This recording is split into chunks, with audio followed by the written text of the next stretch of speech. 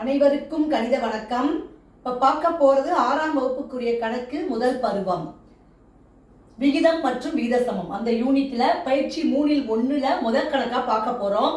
அதுல 3வது கணக்கு கோடிட்ட இடங்களை நிரப்புக. 5 கிலோமீட்டருக்கும் 400 மீட்டருக்கும் உள்ள விகிதம் டேஷ் அப்படின்னு கொடுத்துருக்காங்க. இப்ப கிலோமீட்டர்ல கொடுத்துருக்காங்க. ஃபர்ஸ்ட் நம்ம என்ன செய்ய போறோம், இந்த கிலோமீட்டரை எதுக்கு மாத்திக்க போறோம், மீட்டருக்கு மாத்திக்க போறோம். இப்ப 1 கிலோமீட்டர் ஈக்குவல் டு 1000 மீட்டர். அப்ப 5 கிலோமீட்டர் என்பது எதற்கு சமம், 5000 மீட்டருக்கு சமம். இப்ப கேள்வி என்ன கொடுக்கப்பட்டிருக்கு, 5 கிலோமீட்டருக்கும் 400 மீட்டருக்கும்.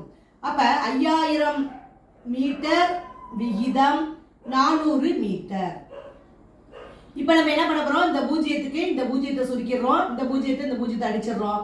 மிச்சம் இருக்கிறது 50 விகிதம் 4. இது ரெண்டாம் வாய்ப்பாடுல சுருக்கணும்னா 25 2 50 2 2 4.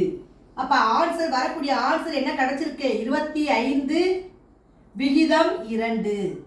5 கிலோமீட்டருக்கும் 400 மீட்டருக்கும் உள்ள விகிதம் 25 விகிதம் 2. புரிஞ்சுங்களா?